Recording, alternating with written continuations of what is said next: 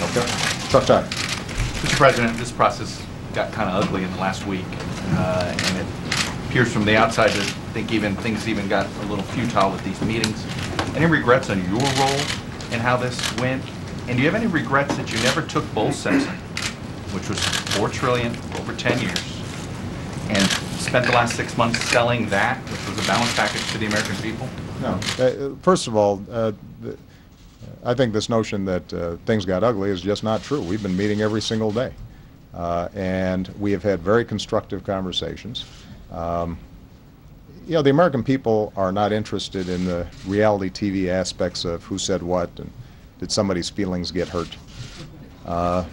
They're interested in solving the budget problem and the deficit and the debt. And so that may be good for chatter in this town. It's not something that folks out in the country are obsessing about. I think with respect to Bull Simpson, it was important for us to, Bull Simpson wouldn't have happened had I not set up the structure for it. As you will recall, this was originally bipartisan legislation that some of the Republican supporters of decided to vote against when I said I supported it. That seems to be a pattern that I'm still puzzled by. And so we set it up. They issued a report, and what I said was this provides us an important framework to begin discussions. But there were aspects of Bull Simpson that I said from very early on, were not the approach I would take. I'll give you an example. On defense spending, a huge amount of their savings on the discretionary side came out of defense spending. I think we need to cut defense.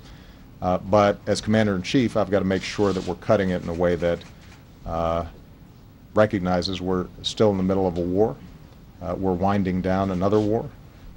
And we've got a whole bunch of veterans that we've got to care for as they come home. And so what we've said is a lot of the components of Bull Simpson we are willing to embrace. For example, the domestic spending cuts that they recommend, we've basically taken. Others, like on defense, we have taken some, but not all of the recommendations because it's important for it to be consistent with our defense needs and our security needs. The bottom line is that this is not an issue of salesmanship to the American people. The American people are sold.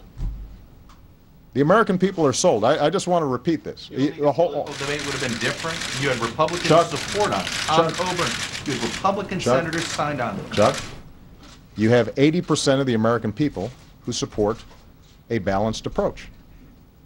80% of the American people support an approach that includes revenues and includes cuts. So the notion that somehow the American people aren't sold is not the problem. The problem is members of Congress are dug in ideologically into various positions because they boxed themselves in with previous statements. And so this is not a matter of the American people knowing what the right thing to do is. This is a matter of Congress doing the right thing and reflecting the will of the American people. And if we do that, we will have solved this problem.